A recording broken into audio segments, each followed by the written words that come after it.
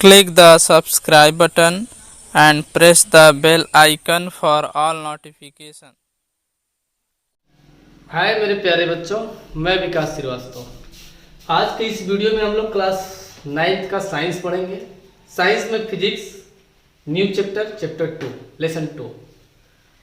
Lesson का नाम है बल तथा गति के नियम, force and law of motion. तो पहला टॉपिक है इसका बल। आप क्वेश्चन बना के आराम से लिख लेंगे, बल किसे कहते हैं। इंग्लिश में लिख लेंगे व्हाट इज फोर्स, आंसर में हेडिंग डालेंगे बल, कोष्टक में फोर्स। बल क्या है, कैसे आप इसको डिफाइन करोगे, पहली टॉपिक डिस्कशन करो। बल व्हाट इज फोर्स, क्या कहेंगे। मैं ऐसे किसी के ऊपर पावर लगा दिया, किसी को ढकेल दिया, ये ऐसे कुछ नहीं, ऐसा कुछ इसका डिफिनीशन नहीं है। साइंस की दृष्टि से इसका डिफिनीशन मान लीजिए यही है, तो इसी पे हमको बल हमने लगा दिया ऐसे। अगर हमने ऐसे लगाया तो कोई मतलब ही नहीं हुआ। ऐसे लगाया मतलब जब किसी वस्तु की स्थिति में परिवर्तन हो, ऐसे थी ऐसे हो गई, तो वो फोर्स कहलाता है। फोर्स यानी बल। बल की परिभाषा क्या हो गई वास्तव में, वह कारक जो किसी वस्तु की स्थिति, रूप अथवा आकार में परिवर्तन कर दे, वही फोर्स कहलाता है, वही बल कहलाता है। समझ रहे हैं आप बात को। मान लीजिए यही वस्तु है, हमने बाहर से ऐसे कारक किया, एक्टर कि इसकी स्थिति ऐसे थी ऐसे हो गई। रूप है, रूप ऐसे था अब ऐसे रूप हो गया। आकार इस तरह का आकार था, अब हमने इसको ऐसा कर दिया, तो यही आपका फोर्स कहलाएगा। ठीक है, क्या ऐसा वह आकार है जो किसी वस्तु की स्थिति, रूप एवं आकार में परिवर्तन कर देता है, वह आपका फोर्स कहलाता है। तो आप इसकी पहले डिफिनीशन लिख लें। बल वह कारक है जो किसी वस्तु की स्थिति, रूप एवं आकार में परिवर्तन करता है, बल कहलाता है। ठीक। दूसरी बात, इंग्लिश में भी आप इस चीज को लिख लें। इंग्लिश में आप इसको कैसे लिखेंगे, लिखेंगे force is a external actor, ACTOR, which can change size, shape, state of any object is called force। ठीक है, ऐसे आप इसको ऐसे लिख देंगे, ऐसे भी लिख सकते हैं। an external actor which can change shape, size and state of any object is called force. समझ गए ना। फिर उसी में लिख लेंगे आप बल को F से प्रदर्शित करते हैं, F से। It is denoted by capital F। इतनी चीज आप जान गए, बल क्या है, कैसे इसको दर्शाते हैं। अब अगली टॉपिक होगी अपनी बल के मात्रक। इसका मात्रक क्या होता है, बल का मात्रक इंग्लिश से बोलते हैं यूनिट ऑफ फोर्स। बल का मात्रक, बल को हम किस में नापते हैं। तो बच्चों बल का जो मात्रक है, वो जो सबसे बड़ी पद्धति होती है SI और MKS।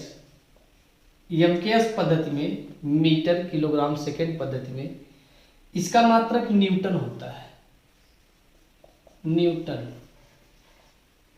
न्यूटन को हम कैपिटल N से भी डिनोट करते हैं। जबकि छोटे पद्धति में इसका मात्रक CGS, centimetre gram second system में इसका मात्रक डाइन होता है। डाइन को हम DN से भी शो करते हैं। ये बल का बड़ा मात्रक है न्यूटन। चूंकि बल के बारे में जानकारी हमें न्यूटन नामक वैज्ञानिक नहीं दिया था, तो उन्होंने अपने नाम पर इसका मात्रक यूनिट रख दिया था न्यूटन। अपने नाम पे इसका यूनिट रख दिया था। और इसका छोटे पद्धति में इसका यूनिट उन्होंने रखा था डाइन नाम से यूनिट रखा, जो कि फोर्स का छोटा यूनिट होता है। दोनों में रिलेशन क्या होता है? जो 1 न्यूटन होता है, 1 न्यूटन, ये 10 पावर 5 डाइन के बराबर होता है, ठीक है ना। 1 newton is equal to 10 power 5 dyne. 1 newton is equal to 10 power 5 dyne. 10 power 5 का मतलब 1 लाख। 1 न्यूटन में 1 लाख डाइन होते हैं। जब 1 लाख डाइन आपका मिलेगा तो 1 न्यूटन का रहेगा, राइट। और भी बल का मात्रक होता है, वो क्या? बल का मात्रक किलोग्राम मीटर प्रति सेकेंड होता है।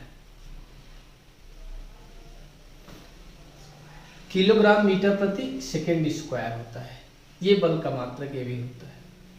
1 किलोग्राम जो वेट होता है आपका भार, 1 किलोग्राम भार, अगर आप इसको चेंज करना चाहें 1 किलोग्राम भार को, तो 1 किलोग्राम ही लिखेंगे। भार को आप लिख सकते हैं 9 जी का मात्रक है 9.98,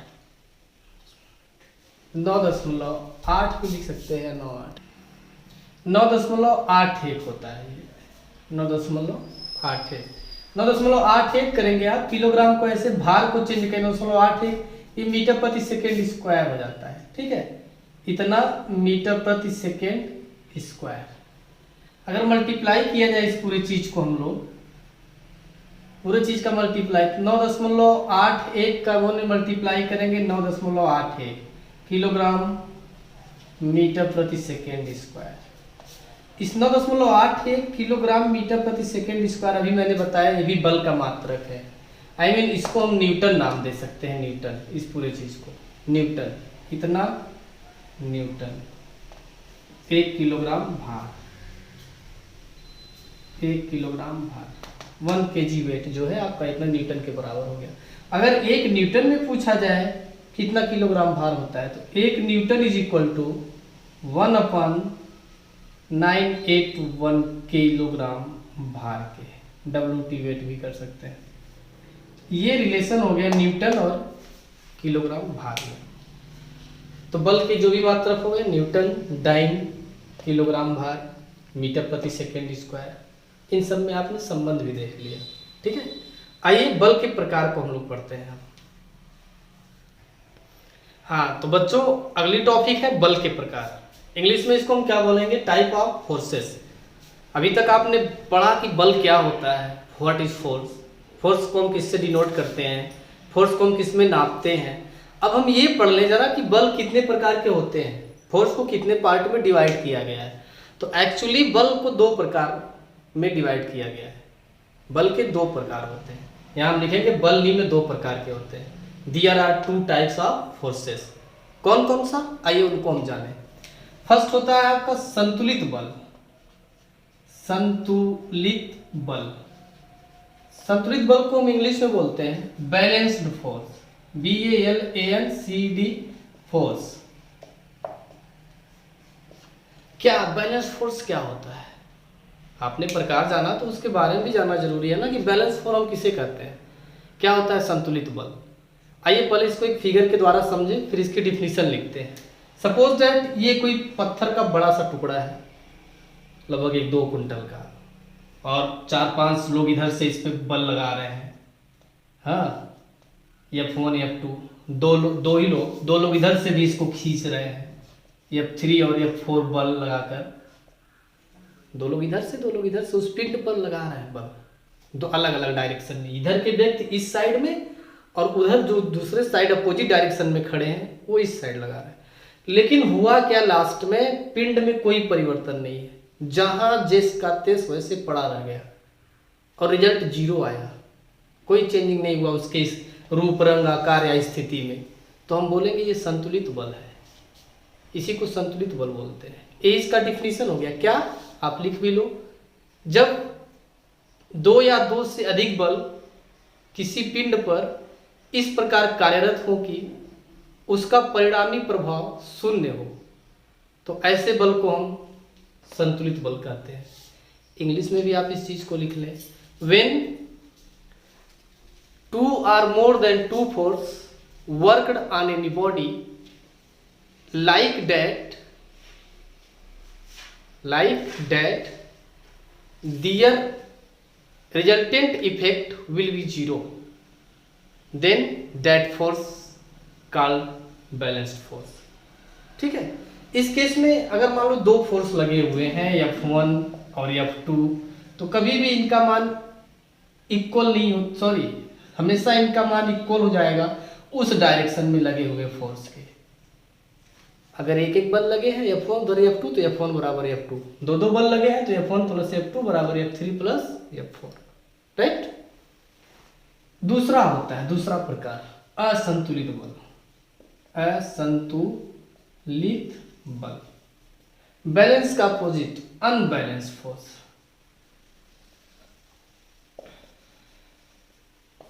असंतुलित बल क्या होता है, अनबैलेंस फोर्स क्या होता है, सेम उसका अपोजिट यही है। सपोज दैट यहां पर आपका F1 फोर्स लगा हुआ है, यहां पर F2, इसके डायरेक्शन अलग अलग है, ये इस डायरेक्शन उस डायरेक्शन में। अब वही पिंड है लेकिन अब इसने यहां रखा था, फोर्स लगाने पे इधर वाला कम था F1 और F2 क्या किया, ज्यादा बल लगा दिया, उसने अधिक बल लगाकर पिंड को यहाँ के बजाय यहाँ कर दिया, ऐसी कंडीशन क्रिएट हो गई। तो ऐसे केस में आपका लगे हुए बल F1 F2 असंतुलित बल कहलाएंगे। परिभाषा लिख लीजिए, जब किसी पिंड पर कार्यरत दो या दो से अधिक बल इस प्रकार हो कि उनका परिणामी प्रभाव शून्य न हो, तो ऐसे बल को असंतुलित बल कहते हैं। इंग्लिश में when 2 or more than 2 force worked on a body like as that their resultant effect will not be zero, then the forces are called unbalanced force। इस केस में कभी भी F1 की वैल्यू F2 के बराबर नहीं होगी, ठीक है। यहाँ तो बराबर है बट यहाँ बराबर नहीं होगी। आप डिफिनीशन लिखने के बाद फिगर बना के ऐसे लिख देंगे। ठीक है मेरे प्यारे बच्चों, आज हम लोग क्लास 9 के साइंस में बस इतना ही। नेक्स्ट वीडियो में पढ़ते हैं। Thank you.